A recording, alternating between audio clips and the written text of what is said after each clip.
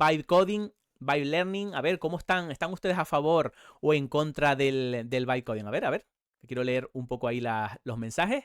En contra, a favor, nos da más trabajo. El vibe solo hace perder tiempo. A favor de cosas muy concretas, para grandes cosas no. A favor si es bien usado, prototipos puede andar. Vale, hay opiniones de todo tipo. Sí, pero no. Me gusta esa forma de comentarlo. Vale, vamos a hablar un poquito del tema del vibe coding. Vamos a centrarnos primero en vibe coding y luego hablamos un poco del vibe learning, que es una pequeña modificación del vibe coding. Vale, vibe coding básicamente es prueba y error hasta que algo funciona. ¿Vale? Es decir, tú no te centras en entender lo que estás haciendo, sino simplemente voy haciendo pruebas y haciendo modificaciones hasta que algo funciona. ¿Qué funciona? Pues listo, ya está terminado. ¿Vale? Es decir, no te preocupas demasiado. Es decir, toda la parte de preocuparte por hacer algo, por entenderlo y trabajar con ello, esa parte te la quitas. ¿Vale? Es tiempo que estás perdiendo. El concepto de bytecoding va un poco por ahí. La filosofía del bytecoding va un poco por... Si yo estoy aprendiendo cosas, estoy dedicando tiempo a cosas que podría estar haciendo otro tema, ¿no? Entonces, a mí personalmente no me gusta esa forma de trabajar, pero entiendo que puede tener ventajas. Hay que estar abiertos, puede tener ciertas ventajas concretas, pero para mí tiene más desventajas que ventajas, ¿vale? Entonces, ¿cuáles son las ventajas de este sistema? Pues que iteras más rápido. Básicamente, iteras más rápido. Toda la parte donde tú estás dudando si hacer esto porque puede ser contraproducente, si estás pensando esto igual lo tengo que hacer de esta otra forma, tengo que aprender a hacer esto para hacerlo bien, toda esa parte la estás quitando del tablero. ¿Vale? Entonces, ¿qué hace? Que iteras rápido. ¿Y qué ocurre? Que cuando tú trabajas en una empresa, normalmente lo que más se prioriza, desgraciadamente, lo que más se prioriza es la velocidad. Si tú eres capaz de hacer cosas muy rápido, ¿vale? A la empresa le suele gustar.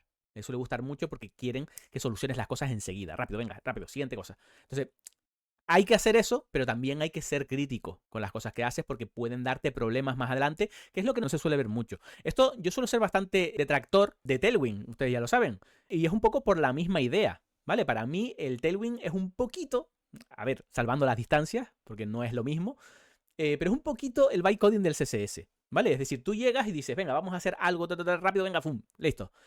En principio puede estar bastante bien y puedes hacer cosas bastante chulas, pero muchas veces te saltas ciertas cosas y esto ocurre mucho con la gente que está aprendiendo. La gente que se frustra mucho con CSS, que no consigue hacer algún detalle, pues lo hago con Tailwind que lo hago más rápido. Y entonces se lo salta por encima, ¿vale? Entonces, iteración rápida. Eso es una de las características que tiene el bytecoding. Otro detalle, confiar más en la intuición que en el conocimiento, ¿vale? Es decir, tú confías más en, es que yo ya he hecho varias cosas con esto, me ha funcionado bien, voy a hacerlo así. Independientemente de que tú conozcas eso, que sepas los detalles. Es un poco el tema de no confías en la ciencia, ¿vale? Básicamente es en tu intuición. Y esto a veces te puede funcionar, a veces te puede dar sorpresas, porque más de una vez a los desarrolladores nos ocurre que estamos haciendo algo, tú dices, no, esto hay que hacerlo de esta forma, porque es lo que dicta los conocimientos, y te das cuenta que después en la práctica no funciona así, ¿vale? O sea que hay 50-50, hay un poquito de cada, ¿vale? Y luego, la filosofía, que es lo que se ha quedado, básicamente, cómo se conoce al bytecoding. No funciona, haz que funcione. ¿Vale? El famoso prompt que tú le dices a un sistema donde no tienes ni idea de lo que está haciendo y tú dices, esto no funciona, haz que funcione, arréglalo. ¿Vale? Ese es el concepto un poco con el que se tienen que quedar del bytecoding. ¿Vale? No entiendo muy bien lo que has hecho, pero me da igual, haz que funcione. Entonces, vamos a ver cuáles son las ventajas y las desventajas del bytecoding. Bytecoding lo que tiene bueno es que es muy rápido en fases iniciales. Yo siempre suelo decir que el bytecoding está muy bien para prototipos. Cuando tú estás en un concurso de estos donde te pones a hacer algún proyectito que tienes que hacerlo súper rápido porque la jam son 2 días y tienes que hacer como un jueguito muy pequeño, para esos casos está súper bien, ¿vale? Porque tú haces un concepto y demás y ya luego te encargas de mejorarlo y de dedicarle tiempo para hacer algo más interesante, que funcione bien, que no tenga problemas, etc. Muy rápido en fases iniciales. Esto tiene un problema muy grande que la gente que no es técnica no lo suele ver, ¿vale? ¿Por qué? Porque cuando tú haces cosas muy rápido, ¿vale? Y en fases iniciales, tú cuando ves el resultado, que es lo que suele pasar a mucha gente y suele pasar mucho con Lovable, con V0, con todas estas, es que tú consigues algo súper rápido y normalmente la gente que está haciendo esas cosas son gente que no tiene conocimiento de ese área. ¿Vale? Entonces, ¿qué ocurre? Que si tú no tienes conocimiento, y esto ocurre mucho con la inteligencia artificial en general, que es que la gente que no tiene conocimiento sobre algo, cuando lo hace con IA, le encanta, le parece maravilloso, le parece una cosa increíble. Pero cuando después lo ve un experto, dice, pero esto, a ver, esto está haciendo aguas, esto no funciona bien aquí. esto está funcionando mal por aquí.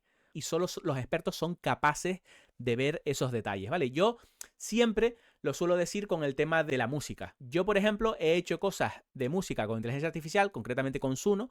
Me gusta mucho cómo lo hace, creo que lo hace bastante bien, pero obviamente no tiene el nivel que tiene un músico, no tengo la capacidad, el conocimiento que tiene un músico para mejorar cosas. Mi opinión es que si un músico utilizara esas herramientas, podría llegar al punto de su conocimiento aplicado a esa IA, podría hacer cosas increíbles, ¿vale? Podría hacer cosas muy, muy, muy chulas. ¿Y esto por qué lo digo? Si tú eres un crack, eres muy bueno en lo que haces y aplicas IA, vas a ser la hostia, vas a ser buenísimo.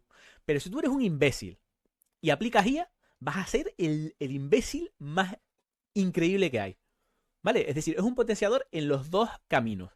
Entonces hay que intentar no ser imbécil, ¿vale? Y menos un imbécil potenciado. Todo esto va un poco por ahí, ¿vale? Así que tienen que tener en cuenta estos detalles porque se suele ver mucho en redes, ¿vale? Se suele ver mucho en redes.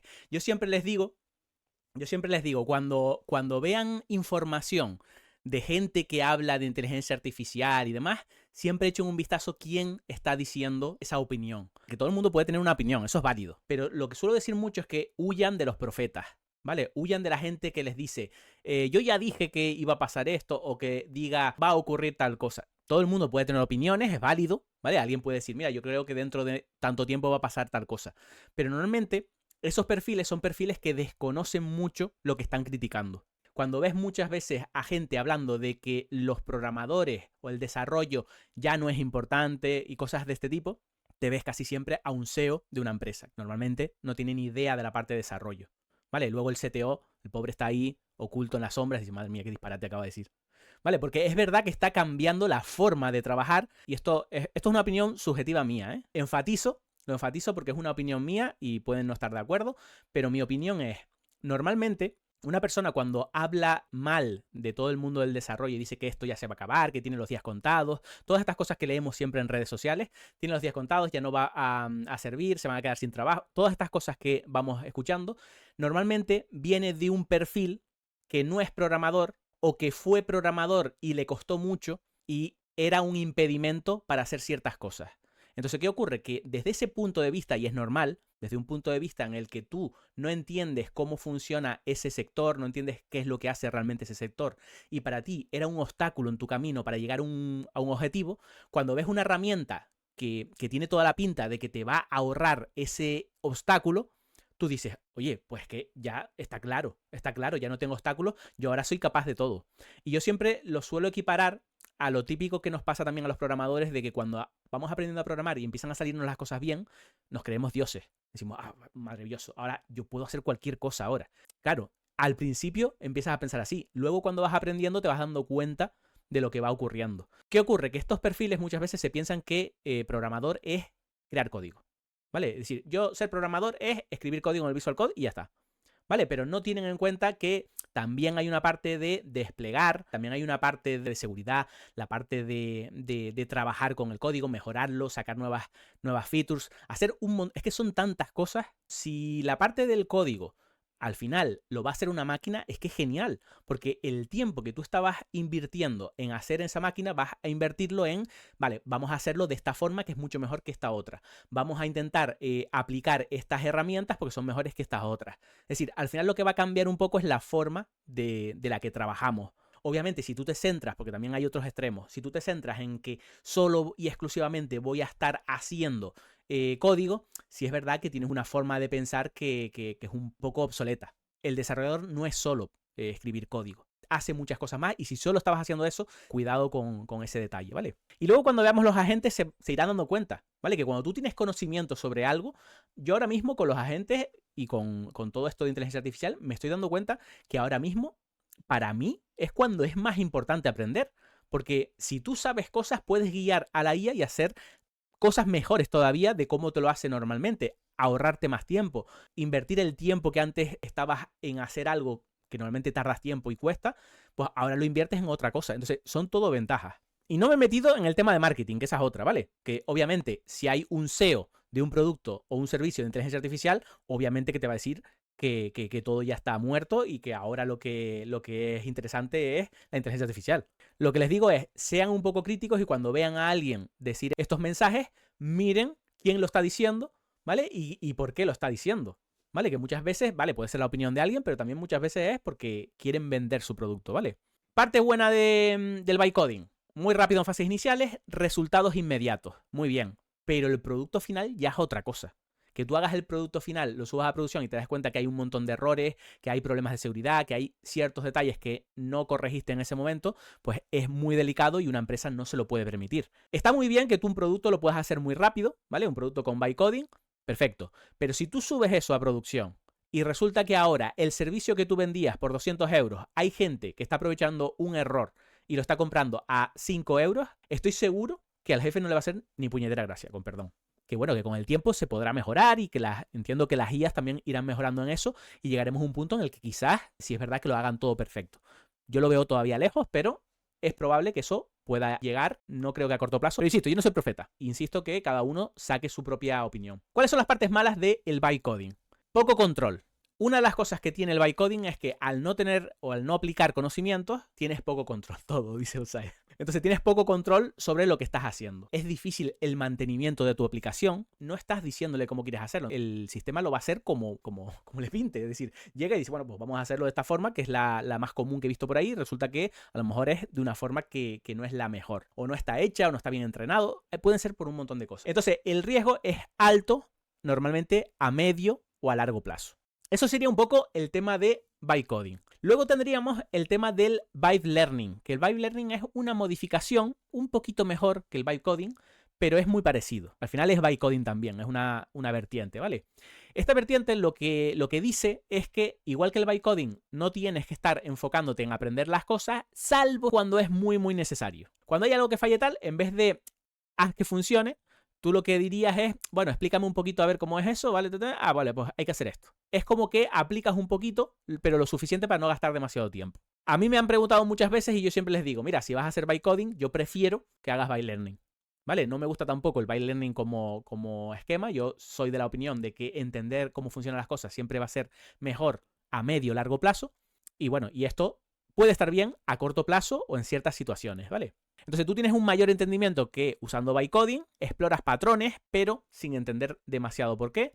Y la filosofía es un poco, no funciona, explícame cómo arreglar esto. ¿Cuáles son los puntos buenos? Adquieres ciertos conocimientos, ¿vale? Aquí sí que estás adquiriendo ciertos conocimientos en algunas partes concretas, tienes algo más de control, pero no es tan rápido porque ya, obviamente, al tener que pedir explicaciones, decidir, etcétera, ya no es tan rápido como el bytecoding, requiere un poquito más de esfuerzo y tiene un riesgo que no es tan alto como el del bytecoding, pero es medio también a largo plazo. A mí personalmente, si me preguntan, bytecoding y byte learning me parece chulo para hacer pequeños proyectitos, experimentos o cosas así, pero no me parece responsable para hacer un proyecto, ¿vale? Salvo que estés en una fase de quiero experimentar a ver qué sale. Esa parte a mí me parecen positivos. Lo que comento, para Jams me parece increíble. Las Jams, si no lo conocen, son como pequeños concursos que se hacen de 2-3 días, donde tienes que hacer como pequeñas herramientas, juegos o cosas así, y ver hasta dónde eres capaz de llegar. Ahí me parece genial usar el bytecoding porque está súper chulo, estás muy justo de tiempo, pero en una empresa donde tienes que poner una cosa en producción y tal. Vamos a hablar de los loros estocásticos, ¿vale? No sé si les suena este concepto, ¿vale? Estocástico te dice que es perteneciente o relativo al azar, a algo aleatorio. Esto es cómo se suelen denominar cuando tú estás hablando con una IA, un LLM concretamente, vamos a hablarlo con propiedad. Te dicen que ellos realmente son loros estocásticos. ¿Por qué? Porque lo que hacen es repetir las cosas como loros, pero con cierto margen de estadística o probabilidad. No al azar, sino que te está diciendo algo por probabilidad de lo que está entrenado, pero con cierto margen de aleatoriedad para que no siempre diga lo mismo, ¿vale? Tú cuando le vas a un LLM, le preguntas una cosa, no te suele decir lo mismo. Entonces tiene como cierta aleatoriedad para responderte algo. Pero es muy importante que tengan este concepto bien claro, porque mucha gente no tiene claro que un LLM realmente no es inteligente de verdad. Y claro, como se llama inteligencia artificial, pues mucha gente también se confunde, ¿vale? Dentro del sector yo creo que mucha gente, la parte técnica sí que sabe esto, pero mucha gente no lo tiene claro. Entonces vamos a hablar un poquillo de esta parte. Lo primero de todo que tiene que tener todo el mundo en cuenta es que una IA no es lo mismo a fuente de la verdad. Una IA te puede responder y te puede responder cosas correctas. Muchas veces lo hará. Pero no tiene por qué que una IA tú le preguntes algo y sea lo que ella dice. ¿Vale? No hemos llegado a ese punto, no sé si llegaremos en algún momento.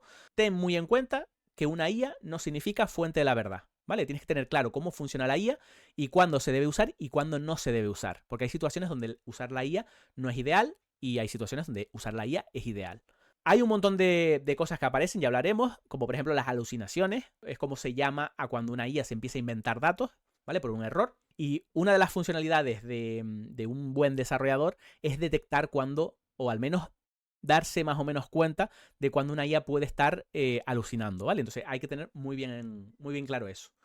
El concepto de loros estocásticos es porque repiten patrones estadísticos sin comprender, ¿vale? Tengan en cuenta que al final el LLM no entiende lo que tú le estás diciendo. Simplemente lo que está mirando es lo que es más probable en su información aprendida, mira lo que tú le has preguntado y te responde lo que es más probable de continuar con esa frase, ¿vale? Lo que están haciendo es prediciendo cosas, ¿vale? Como los profetas, están prediciendo cosas. Va un poco por ahí, tengan ese concepto, hay gente que no está a favor de esto, hay gente que dice que es que ya ha cambiado un poco. Lo que está claro es que esto es así, lo que pasa es que ya nos podemos sentar y decir, vale, esto ha cambiado o hay un rango ahí donde está modificándose, ¿vale? Hablaremos ahora un poco de eso. Más conceptos interesantes. Predicción. Predicción de la siguiente palabra token. No entienden, predicen. Aquí nos referimos a que cuando tú vas a un LLM, por ejemplo, los primeros modelos de GPT, GPT-3, si no recuerdo mal, tú lo que tenías era un predictor. Tú le decías una frase y esa frase lo que hacía era buscar de toda esa información, lo que te hacía era predecir la siguiente palabra. Y entonces te iba prediciendo algo. Entonces muchas veces tú le decías en un lugar de la mancha y te seguía contando la historia porque esa información la tiene muy entrenada por ahí. ¿Vale? Entonces va un poco por ese camino, ¿vale? Entonces tengan en cuenta que hoy en día todos los LLM también son predictores, lo que pasa es que están hechos de una forma que, bueno, que sí que parece que están entendiendo, pero no entienden realmente. Otro concepto que vamos a ver mucho dentro de la inteligencia artificial es el concepto de token. Cuando hablamos de un token, esto es muy variable, depende de mucho del sistema que estén utilizando y puede cambiar. Un poco para tener una idea más o menos clara, un token es más o menos un poquito menos de una palabra. Al menos en el inglés, en el idioma inglés. Esto cambia dependiendo del idioma y demás. Téngalo en cuenta para tener una idea global, pero dependiendo del sistema que estés utilizando, tú por ejemplo utilizas Cloud, utilizas ChatGPT y demás, los tokens pueden variar ligeramente.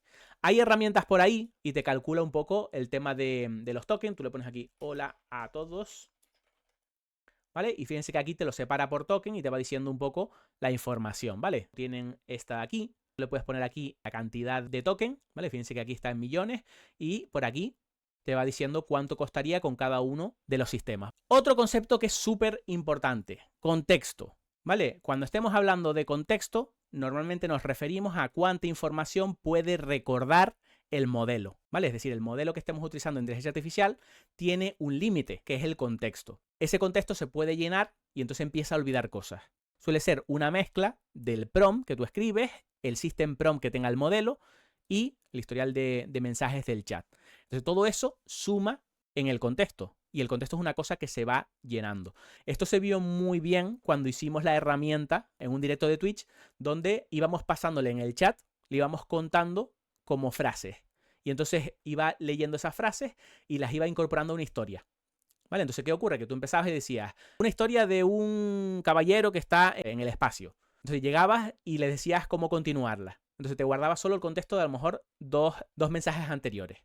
Entonces, ¿qué ocurre? Que al principio iba bien, pero en cuando empieza a perder contexto, te das cuenta que empiezan a aparecer personajes nuevos, los personajes anteriores ya no vuelven a aparecer, aparecen con nombres diferentes, ¿vale? Porque ya se ha perdido ese contexto. Pues en este caso ocurre un poco lo mismo, ¿vale? Cuando tú le estás hablando de algo y le das mucha información, puede llegar un punto en el que empieza a olvidar cosas. Por aquí tengo un artículo que a alguno le puede interesar, por si quieren guardarlo por ahí para echarle un ojo. De hecho, también tenemos un vídeo en el canal de YouTube donde hablamos de esto y tenemos conversaciones por ahí por el chat. Es un artículo donde hablo un poco de si la inteligencia artificial realmente piensa o no piensa. ¿Qué entendemos como pensar y razonar? Cuento alguna historia concreta alrededor de esto. Al margen de lo que piensen, porque hay gente que piensa que sí, gente que no. Fíjense este prompt que voy a ponerlo en ChatGPT. Tengo que llevar el coche a lavar. El local está a menos de 1 kilómetro. ¿Me conviene ir en coche o caminando? Camina, tu coche va sucio, no necesitas un prólogo absurdo. Ahora razonamiento te va explicando por aquí. Vale, entonces no te tiene en cuenta ese detalle. ¿Por qué? Porque no está entendiendo realmente lo que le estás diciendo. Simplemente esto es un ejemplo de que la IA realmente no está entendiendo, sino que está buscando la información con la que está entrenada y normalmente encaja.